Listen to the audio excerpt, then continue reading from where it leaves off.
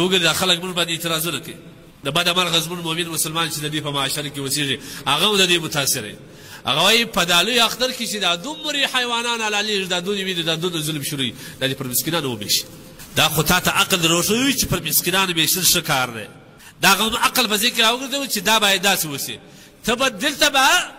امرام او خاموش ناسې او دا به وایي چې دا د عقل لوړ شی دی د الله وحی دی دې ته زما غاړه خلاص نور عقلي دلایل په دې کې نشته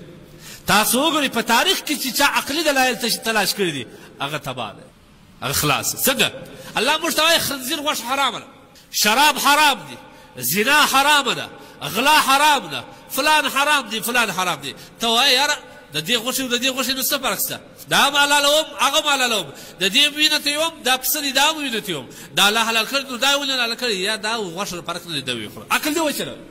لیکن لاړې تباه شي د خنزیر غوښه دې وخوړل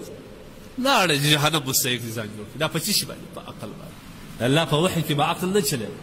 دا نو ولي دا لفظ ولي به د الله په وحي کې راوړي دا خطرناک شی دی الله وایي شراب مه څښه دا هم بدي دا هم بدي دا خلاص دي زه ځم ډاکټر ته ډاکټر ماته څه نه لګوي دماغ مې اراموي نشه کوي نو دا ما نشه کوي عقل چلای دا هم مې نشه کوي دماغ مې راحت کوي سیمې په سکون کوي اراموي مې زه شراب خورم ته ودې خوړل او حلال یې وبلل اسلام ووت او که دې حلال نه بلل ګناه کبیره دی دا څه شی دی دا به د عقل غلام ځان نه جوړوي کوم تاریخ زموږ په دې ګواه دی چې چا په تاریخ کې د الله د وحي په مقابله کې عقل چلولی دی واورئ هغه سړی تباه سوی دی فرعون ویل دا جایداد دا مځکې دا پوج دا جایداد دا ټول زما دي دا ماڼۍ زما ده انا ربکم الاعلی نو زه غټ رب یم عقل یې وچلوی الله تباه نمرود څه ویل زه هم رب یم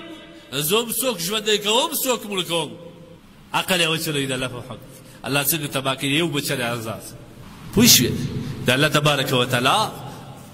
په وحي کې به د الله په اوامرو کې به چېرته عقل نه چلی بیا به تباه شي